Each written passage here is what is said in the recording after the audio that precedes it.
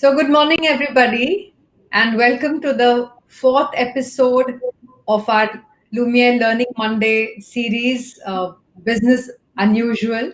And today we're going to be talking with Sunil John to understand how the pandemic has changed the communication sector. So, welcome, Sunil. Sunil has been, in fact, tells me that this is his first time of talking to a largely Indian audience. So, we are super, super happy and privileged for that. Thank you, Deepa. It's indeed a pleasure, and thank you for inviting me for this fantastic. Yeah. Yeah, so Sunil, you are, I think, of 25 years now, a silver jubilee in the Middle East for you, isn't it? Away from India for 25 years. Yeah. And In starting fact, time flies. I mean, I don't realize it's 25 years. Actually, I still feel fresh, and that is a good quality of time spent when you feel fresh, even after 25 years. Yeah. And I must tell the audience here, when we were preparing for our dry run and we were trying to get dates with Sunil, and of course, we had gone and seen his LinkedIn profile. We were very, very impressed with the fact that he is an entrepreneur. He set up his own PR agency at that time, ASDA BCW. That is how it started. And then his company was acquired. But that wasn't as inspiring as why the reason why we couldn't do the dry run with him was because he was involved in his passion project, something he's been involved with for the last 12 years, which is the Arab Youth Survey. And we were so fascinated with his commitment to this passion project. And we said we are going to chase Sunil, and I'm so happy. I know it's been extremely busy times for you, but to make time for this morning, super grateful. Thank you. Thank you. I'm really happy to join you today, Deepa, and to talk to the number of people on this online platform.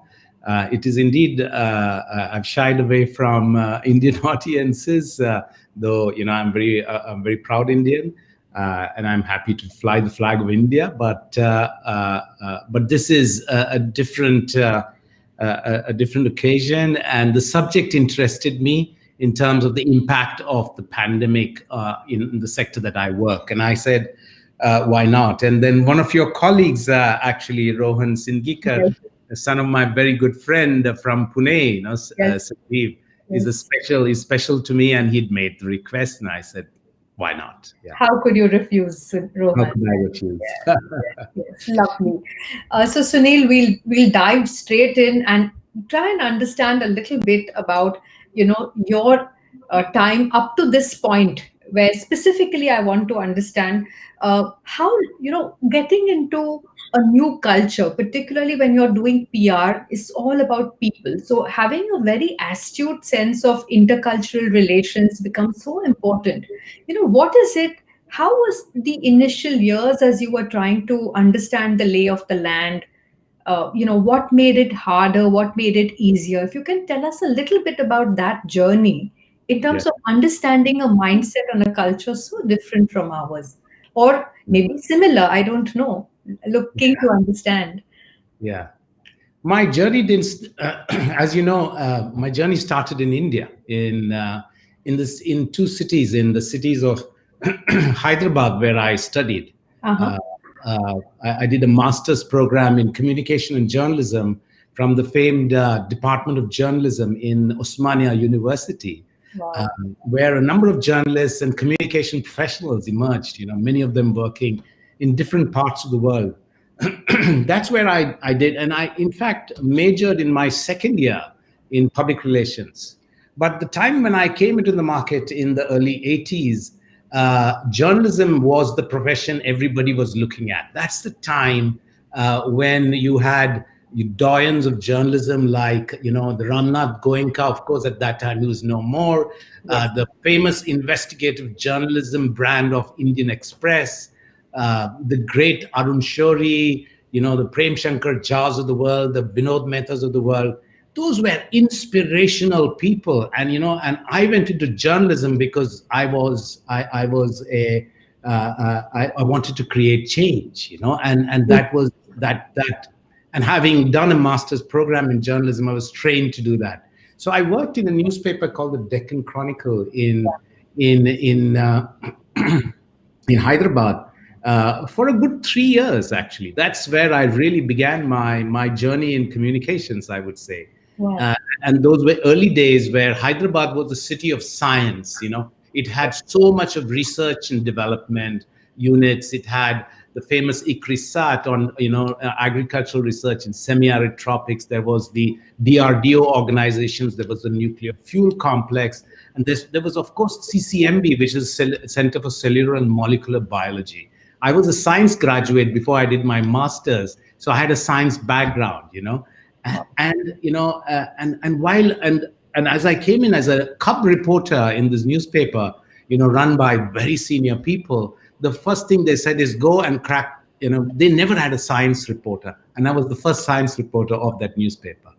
And the first challenge I had, Deepa, and that's where my first lesson of communication is I would go and speak to these scientists, and they would talk in the language that they knew, which is all about science. They were passionate people. They would do research.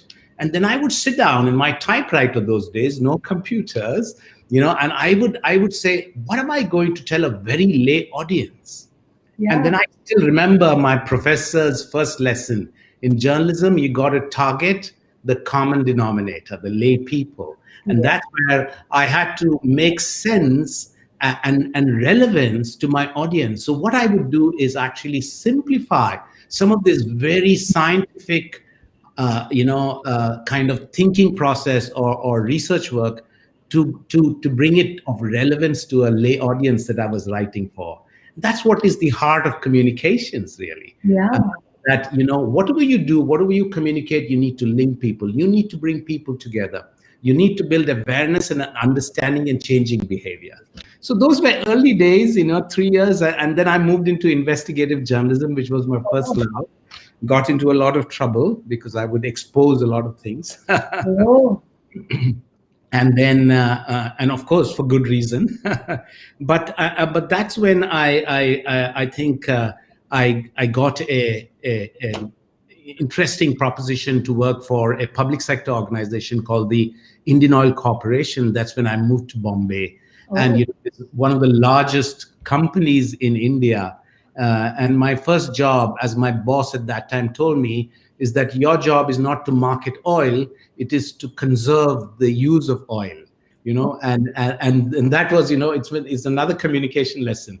How do we get people to use less and conserve more? Because we were an oil importing country, and the less we use, the more efficient equipment we use, the less we use of a very precious energy resource. Yeah. I would say I would market a product that no one sees. What comes out from the ground, it's refined, it goes in pipelines to gas stations, and then you fill it in your car. Do you ever see this product? So I would market a product that you never see. And it was an interesting work. And then, of course, after that, moved to Pune, where I worked for a pioneering engineering company called Thermax, So, and run by a very famous, the late Rohinton Aga, who was, an economics tripos from Cambridge and was an intellectual, these were people I worked with.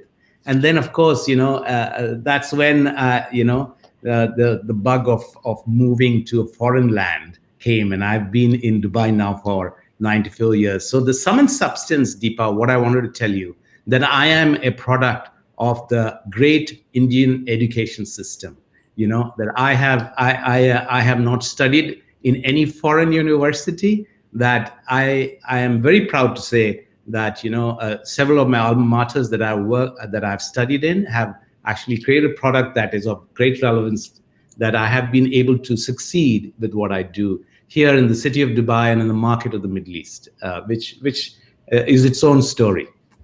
Amazing. Thank you for that. So there are some big hooks you've given us for this. And I love the way you talk about the lessons learned at every stage, starting with the first one of being able to connect and try and communicate and convey the story in a way that people can understand very simply. And then again, behavior change. So learning learning how to use less oil is all about communication for behavior change. And again, acknowledging and being around wise people and how you soak from them and take Yeah. that with you. You're the product of what you learn from people. The early years, your role models make you what you are. And I think if there are a lot of young people listening out there, I think using that opportunity and soaking in that knowledge, that's what makes you, that's what make character, you know. And I think I have been blessed by having great teachers in school and in university, and absolutely fabulous bosses that have taught me so much in life. That's something you never learn in textbooks. you know And what a maverick journey this is, from science to journalism, and then investigative journalism after science journalism, then yeah, working in a corporation, yeah. IOC, government, and then an institution like Thermax, Oh yes. so reputed. Uh, your entrepreneurial bug. How soon after going to Dubai did that start, and how what was those the big pillars of the your company? What you said you wanted to make change, so how did you marry all this when you were setting up your PR company? And did Yeah. you intend to start a PR company, or was it by design or by default? Well, when I first came to Dubai, I came looking for a job, and so I didn't start my entrepreneurial venture immediately. So nearly the first 5 years have Uh-huh. been working for two different companies, which have been predominantly advertising agencies that had a PR division. So it wasn't a pure PR play. And at that time in 1994, PR wasn't a growing profession. People said, "Oh, these PR people, they'll do a little press release and send it out, and they'll send the picture of your CEO and then make you look nice." That was how PR was defined at that time. Wasn't the science or the art that it is today. And those early years were good because I discovered the market. I saw an opportunity, and that's where in the year 2000 is when the company that I launched, called ASDA'A. ASDA'A is, if those who are familiar with the UK know of a supermarket chain called ASDA'A, which Yes. has just an A, nothing to do with us, nothing to do with the supermarket chain. But ASDA'A is an Arabic word which means echoes. So we echo the messages of our clients in the marketplace. So the first thing I did was, I didn't want an Anglo-Saxon name for my agency. I said, I am building a company for the Arab world, and I need an Arabic identity that will, and we have preserved that name even after. So we launched it in 2000 with 6 people and 1 office in Dubai, Deepa. Today we have 7 fully owned offices, 8 affiliates, and we cover the Middle East region. And we are one of the leading providers of PR advice and counsel, digital communication, and research services for over 100 retail clients across this region. So that journey over 20 years, I mean, I've been in the region for 5 years were learning experiences, but the last 20 has been when I have actually created this company. And so, a couple of things that when I launched ASDA'A was, I am not, in our kind of sector, we are all about, oh, how do I win this client? How do I poach this client? Or how do I poach talent as well? So I said, what I saw was an emerging opportunity for a service that is of relevance to clients. And there was a totally underserved market in the government sector, in family businesses. And that is the sector that I went. It was a very hard fought struggle, because you go to a family business and say, you should communicate, you should link with your audiences. And they say, we never communicated for 7 decades, 5 decades. Why do you want me to communicate?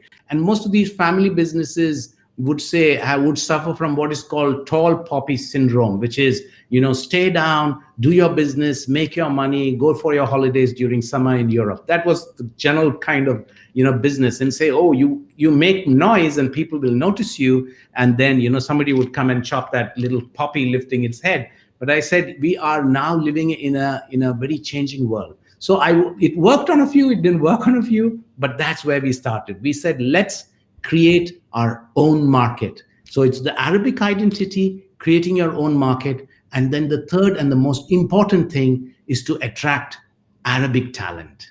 Wow.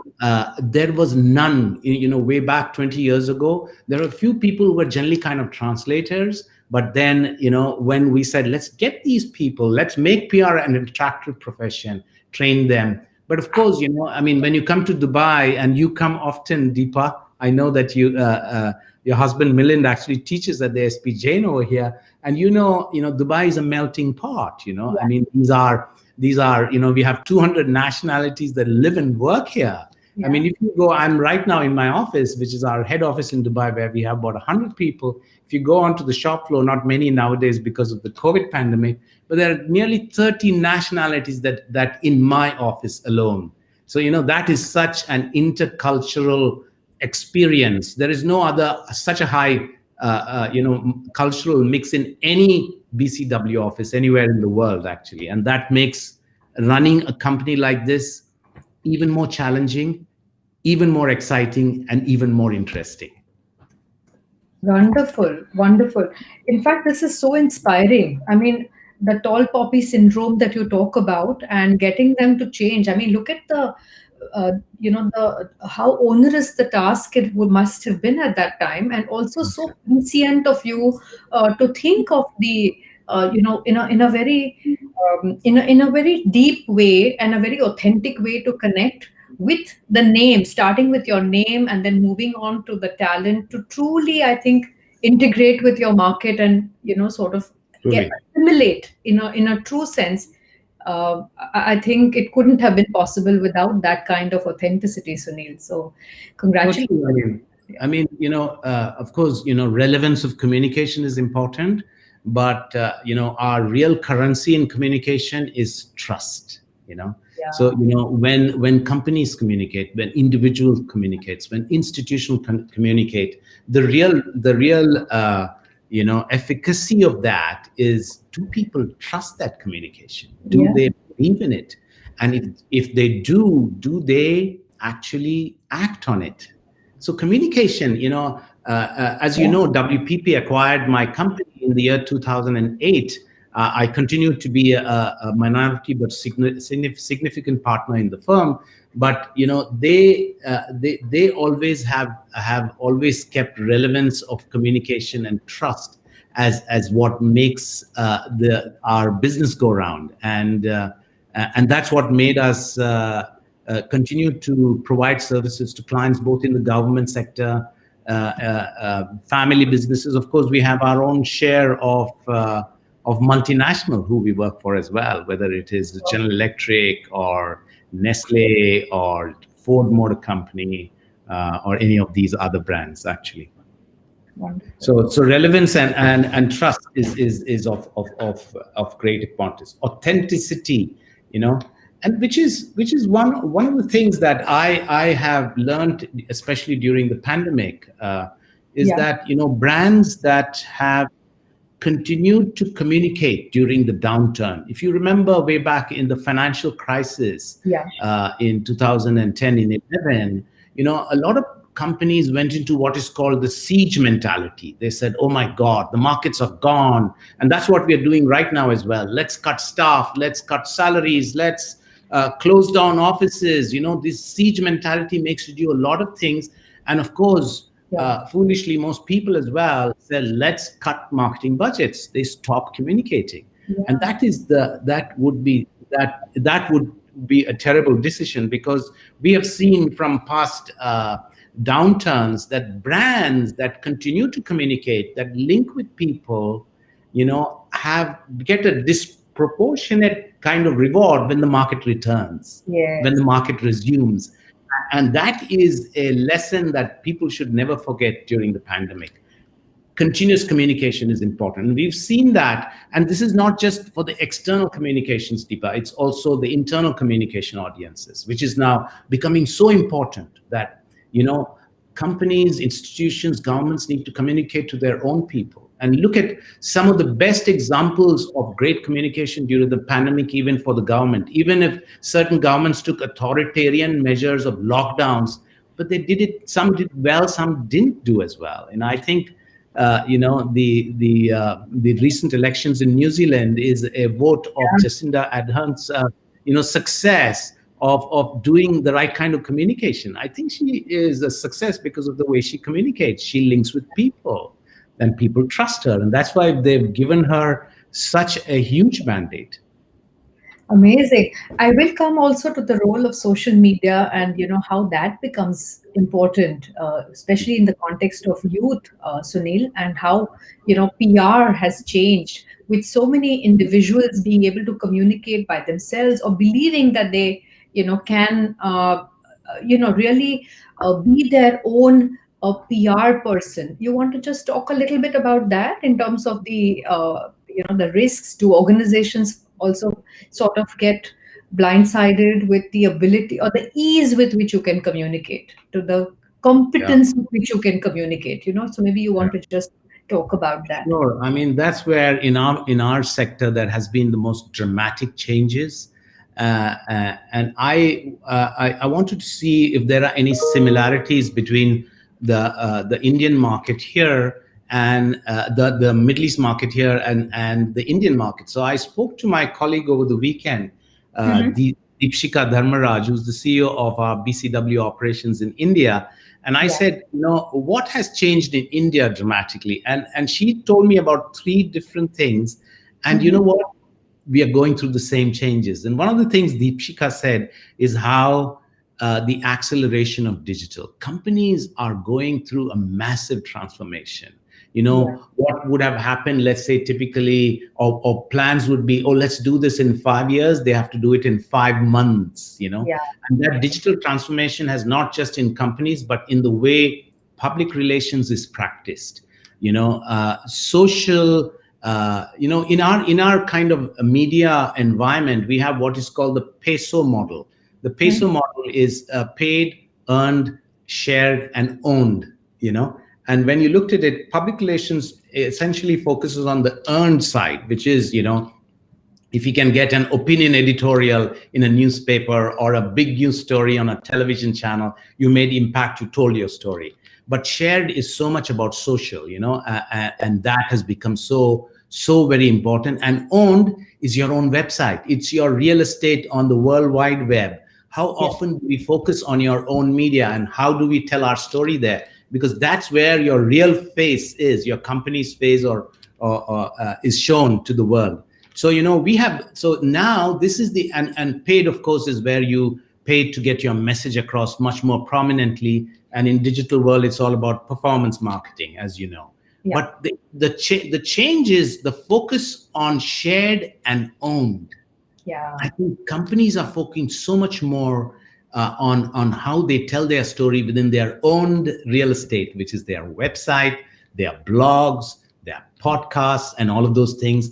And shared media is all about how we can get the multiple impact of reaching out to audiences in different channels that are so potent today.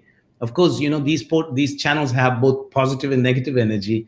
I mean, we see the impact of trolls on brands, on individuals, and things like that. There's the Yeah. other side of it, but we see so much of technological transformation, and I think the fact that artificial intelligence and augmented reality is transforming how we tell stories. I mean, today you can have, for example, as Deepshika was telling me, and we do as well, these virtual avatars at press conferences. You don't need to be there. Yeah. There's the IPL going on here in the UAE, and you can see that there are WhatsApp bot-based fan engagement. So Yeah. things world has changed, and today we're looking at streaming wars. I mean, when did you last go to the theater, Deepa? And will you ever go to the theater without thinking about in the pandemic times and what's happening? People are spending more time at home, and the I mean the it is a hockey stick how streaming services have been. Yes. Yes. It is unbelievable. Our world has changed. Of course, there's a lot of impact of this on communication talent. If you have the time, I can talk about that as well. So, Sunil, your work also involves a lot of working with policymakers and governments. There again, you need to understand the whole cultural lay of the land. How was that? How did you navigate? And how long does it? What was the learning curve like for you? Did you make mistakes? Were there times when you said you had those ouch moments? One of the handicaps I had is because I did not know the language Arabic, and that is a major handicap in the region. Majority of the communication is that. But I can tell you, I have succeeded in that because the power of the idea has no language. You know, if you're able to bring a certain idea, a certain thinking process, a certain campaign idea, a certain message, it can move the world. You know, it can move markets. Take the example of. I want to give you two examples of the power of word, the power of an idea. When President Obama came in, he came with this fresh face, the first African American president. Imagine America voting him, and he came with the three words. He said, "Yes, we can." The power of three words. What are those words? When you put them together, it was this man, this young man who was this great oratorial skills. And he would go on to massive audiences across television. And he would say that word meant hope. It not only just moved the entire US market, in fact, it moved the entire world. There was this young face, and he gave this message of hope. Contrast it with President Trump, who said, "Let's make America great again," or otherwise called MAGA. That was an insular, inward looking, let's drop the bridges and let's cut off from the world. But it worked to his base. Two messages, both of them worked. You see, he got elected as well. But on November 3rd, we'll see what else works. But it's an interesting challenge. But communication is literally the lifeblood of the lives that we live in today. And the importance that one needs to give in terms of messaging, of how people see you, what you say, the words you use, the methods in which you communicate become so critical today. Gone are the days when a company would say, "My primary objective is to make a profit, that I want to build shareholder value," which is a euphemism to say, "I want to make a lot of profit. I want to give a bonus to myself." That was the world we lived in maybe 10 years ago. Look at it today. Today is all about not shareholder communication, but stakeholder communication. A company needs to actually say, what do I bring in terms of value to not just to the customers, not just to its employees, not just to the government stakeholders or regulators, but to the community, to society in general. So there is this new word that is emerging and is going to be literally the most important thing we're going to, in this new post-pandemic era that we live, is what's called corporate purpose. Yeah. Companies need to be able to articulate that, make it believable, live the purpose. Because you can't have a mission statement in your reception and do what you please, because today we are living in an open, transparent world. The purpose needs to be lived, it needs to be transformed, and I think that's where I think communication is going as well. How do we help organization, create a special purpose to articulate that, help them live it? So we do such interesting work, Deepa. We are sometimes lucky to do that kind of work because we are in the heart of it. Sometimes we help governments here.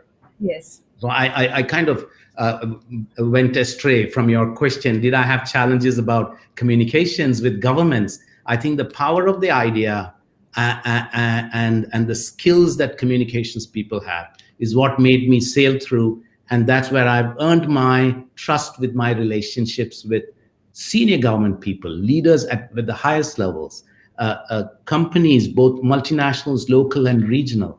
And that's what has made the business continued to thrive even during the pandemic.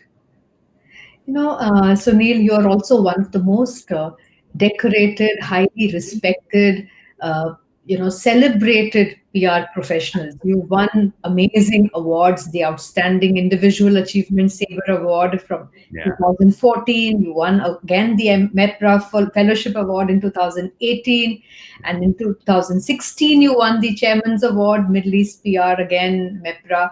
So tell me, you set out to go and make change. Did you have this, was winning awards, recognition, how important has that been for you, and how big a personal driver was that for you in your journey, Sunil?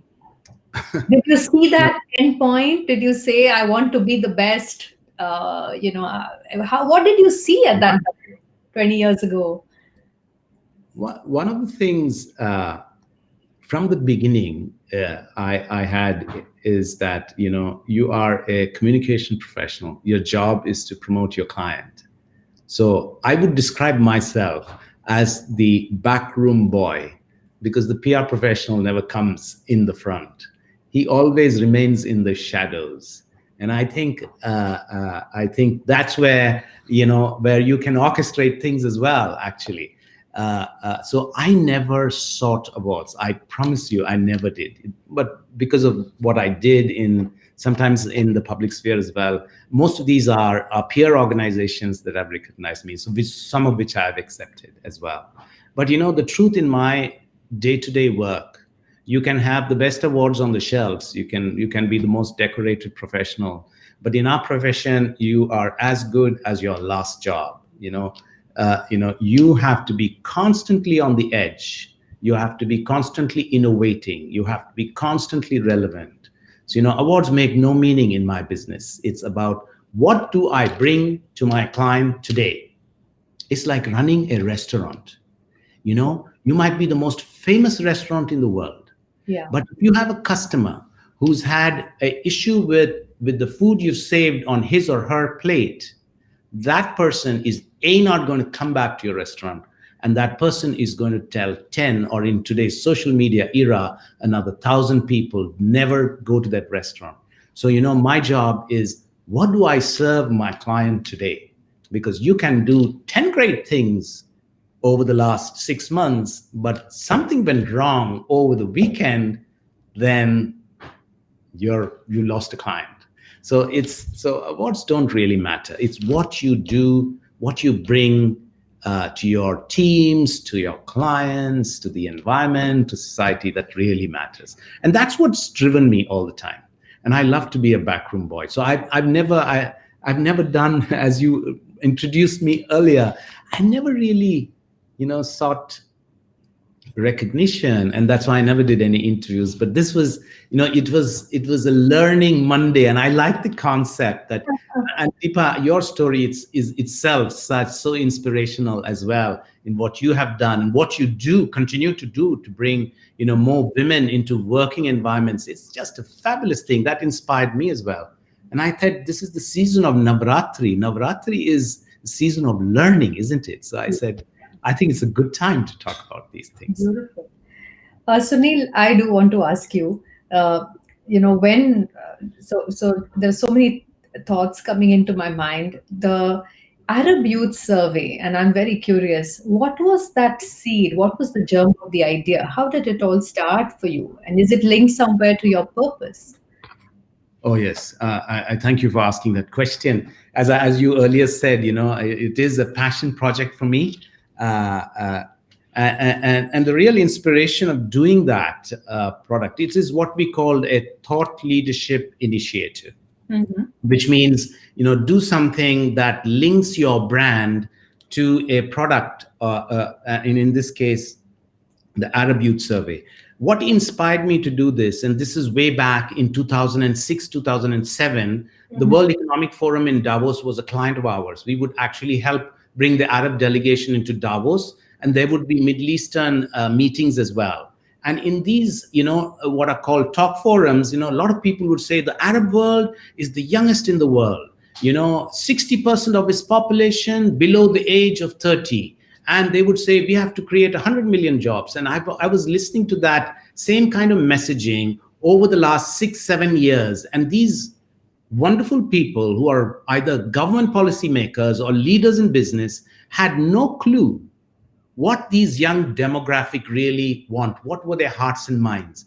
And when I was in one of these Davos sessions, the idea just struck me. In fact, I must give credit to a colleague, probably a bit cynical, and he said, oh, these people said the same thing over the last 6 years, no change, zero data on a demographic. And I said, let's go and talk to these young people, create a survey. And we did the first survey in 2008, Deepa, 8, 9, 10.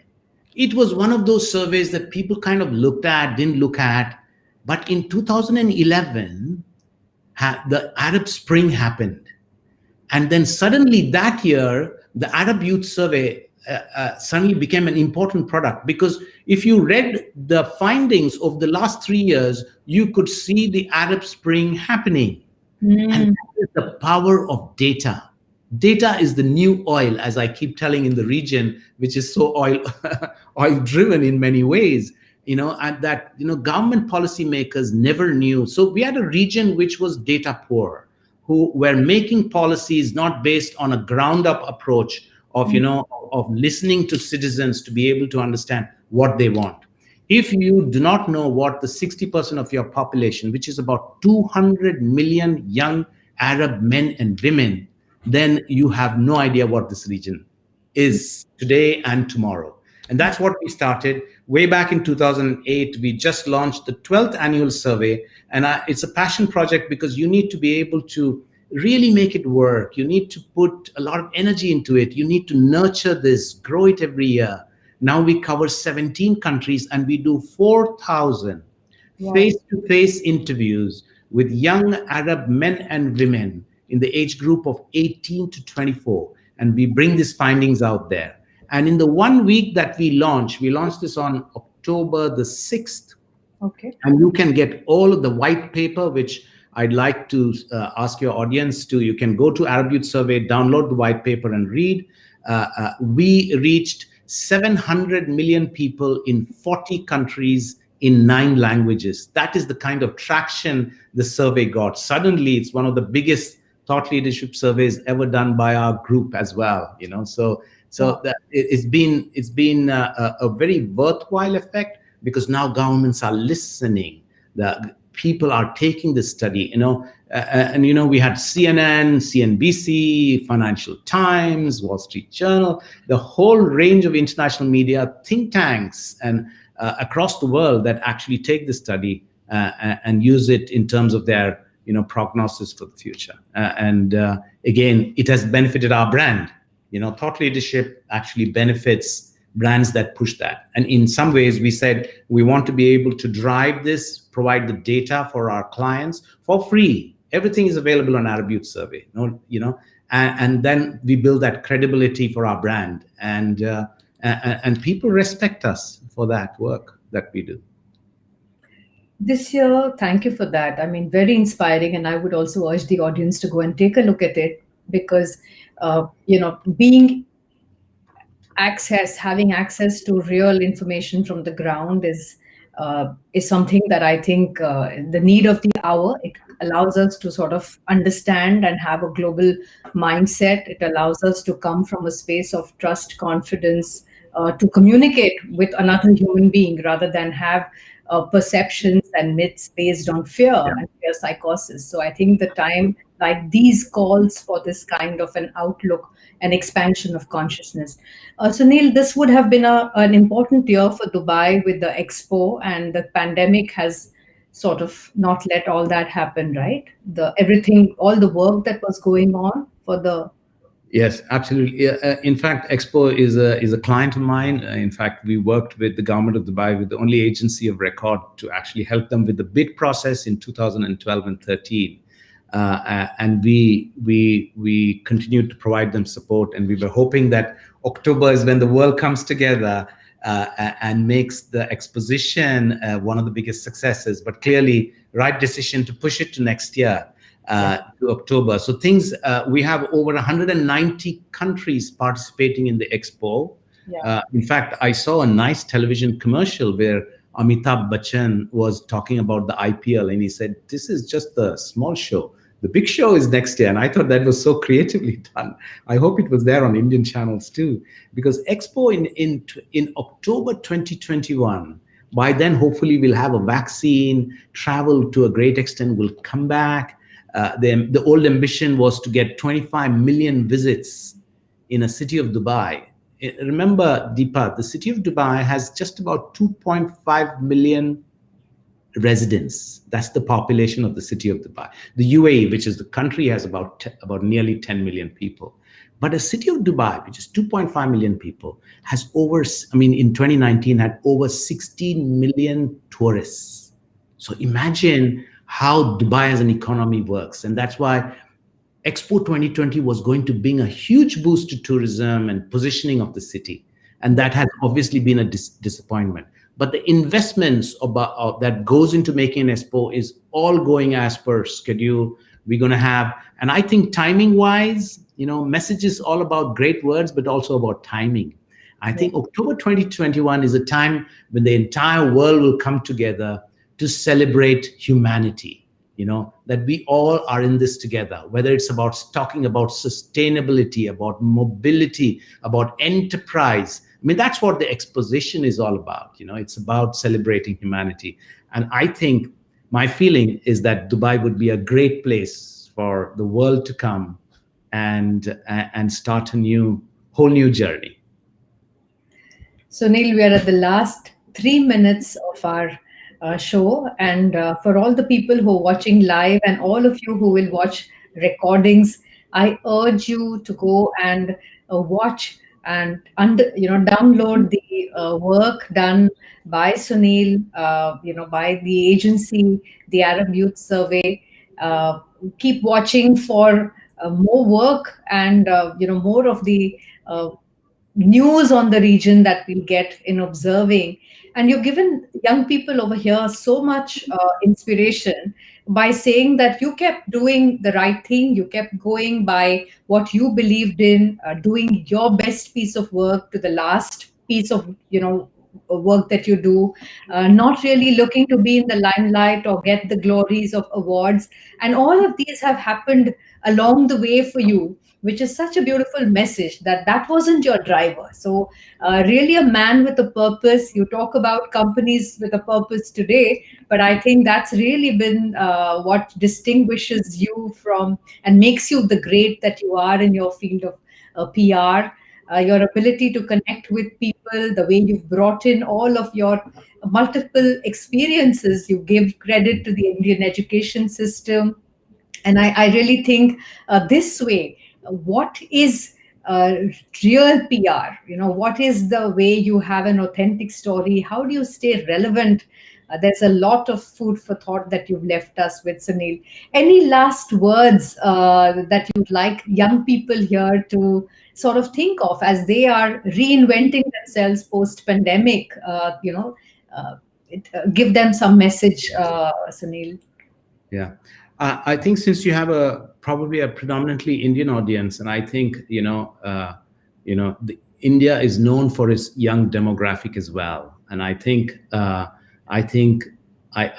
opportunities that the Indian market provides to young people are tremendous. I think to be able to build the entrepreneurial spirit, there's a huge startup industry in India.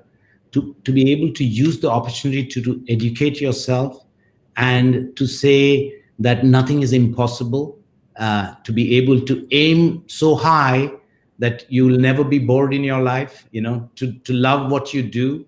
Those are the kinds of things that, simple truisms that'll make young people reach not just their potential, but far outreach their own expectations. Because the world is a great place we live in. And I think sometimes we don't see those opportunities. And I think use the time, you have mentors all around you. You have people who are able to share. I think one of our best Indian ways is to share things, to be able to. We are all teachers inside, and I think we like to share things. We like to help people, and I hope we don't lose that DNA of being Indian, of being able to share, to think of, of the simple things in life that brings you happiness. I think let's not lose those, and let's use our time for a better world. And I think that, and each of us can do it in our own small way. If you teach a child, or help someone get a child to school, you have done the best job in the world. And I think that is so important today. Amazing. Sunil, what a torchbearer. Thank you. Thank you so much. Thank you. So much. Thank you. It's been a pleasure. Ours, really ours. What a wonderful way to start this week. Thank you. I'll have a great time this week. Thank you. Take care. Bye-bye. Bye bye.